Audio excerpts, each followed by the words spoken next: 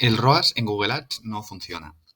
Esta métrica que, bueno, es muy importante para, sobre todo para empresas de e-commerce, principalmente es el retorno sobre la inversión publicitaria. Es decir, te dice, pues esto, ¿no? De lo que estás invirtiendo en publicidad, cuál es tu retorno, sin contar otros gastos que tengas en la empresa. Entonces, esta era una métrica que sobre todo antes era muy interesante, pues te permitía ver la rentabilidad exacta de tus campañas. Y si bien es cierto que nunca fue una métrica totalmente precisa, hace unos años por lo menos funcionaba lo suficientemente bien como para tenerlo de referencia a la hora de pues analizar si tu cuenta es rentable o no, hacer optimizaciones, etcétera. ¿Qué pasa? Que desde hace ya un tiempo, pero que yo diría que se ha acentuado mucho en el último año, con todos los, bueno, pues todos los cambios que ha habido con el tema de privacidad de datos, de cookies, etcétera, pues las plataformas de publicidad están empeorando muchísimo a la hora de atribuir resultados, es decir, a la hora de atribuir tus ventas. Esto depende también del volumen que tengas.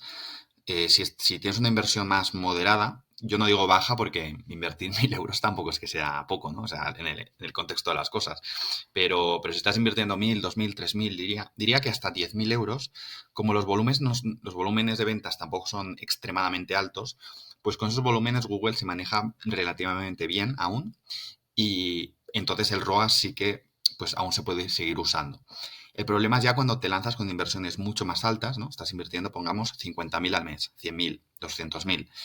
Estas cuentas, que tenemos algunos clientes que invierten esas cantidades, como los volúmenes de ventas son más altos, obviamente, porque la inversión es más elevada, ahí ya la disonancia entre las ventas que se ven en la plataforma de Google Ads y las ventas reales cada vez es mayor. O sea, yo he llegado a ver disonancias hasta el 30, 40, 50%. No por errores de la atribución de eventos de conversión, eso estaba bien. Solemos usar mucho Tag Manager porque ahí es donde mejor funciona en mi experiencia, pero da igual. O sea, ahí ya es un tema de la plataforma, que ya tiene una incapacidad para atribuir grandes volúmenes de ventas. Entonces, claro, cuando hay esas disonancias, el ROAS, pues no tiene ningún sentido, porque es el ROAS sobre un dato falso, totalmente falso. Y el problema también de Google es que cuando empieza a ver que hay una disonancia, empieza ya a inventarse incluso, o sea, empieza ya a hacer como predicciones de ventas, bueno, eso, eso es un tema para otro vídeo. El caso es que, claro, entonces el ROAS no sirve, no sirve. Tú lo puedes tener con una métrica blanda, o sea, pues como decir, bueno, pues al nivel de pues, CTR, coste por clic, tasa de rebote, tenerla ahí para ir revisando, pero cuando hay una gran disonancia, jamás solo para medir. Entonces, nosotros para las cuentas más grandes, la métrica principal que usamos es el MER, o sea, es Media Efficiency Ratio, que básicamente es la eficiencia de la inversión total en publicidad sobre la facturación del cliente. Es decir, aquí ya pues necesitamos los datos del banco, o sea, necesitamos las cuentas bancarias del cliente para entender realmente si la inversión publicitaria está siendo eficiente o no. Entonces, bueno, aquí es decir, mira, de todo lo que he facturado, cuánto he invertido en publicidad, cuál es mi retorno. Esa es la forma. O sea, es volver un poco a tiempos más analógicos, ¿no? Haces un trabajo más manual, pero es que es la única forma hoy en día. Obviamente esto se complica también si tienes muchos canales de adquisición y cada canal de adquisición lo lleva una agencia diferente. O sea, si tienes Google Ads, si tienes Meta, si tienes LinkedIn, si tienes, bueno, varios canales, todos por agencias diferentes, entonces cada agencia se intentará atribuir las ventas, es más complicado. Por eso suele ser mejor unificarlo todo.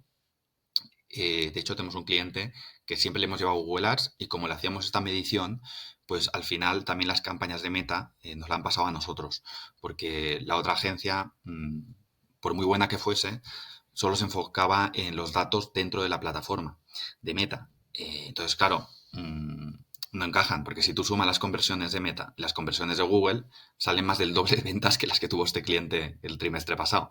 Entonces, aquí lo que hay que hacer es coger la facturación de tu empresa. Eh, ¿Cómo medir resultados? Pues de nuevo, de una forma más analógica. Tú dices, mira, voy a invertir este mes un 20% más porque me están funcionando bien las campañas, salgo rentable, etcétera. En vez de revisar el ROAS, si baja mucho, como se solía hacer antes, aquí tienes que mirarlo desde el punto de vista de tus ingresos del banco. Aumenta un 20% la inversión en publicidad este mes. ¿Ha aumentado proporcionalmente los ingresos del banco? ¿Sí o no?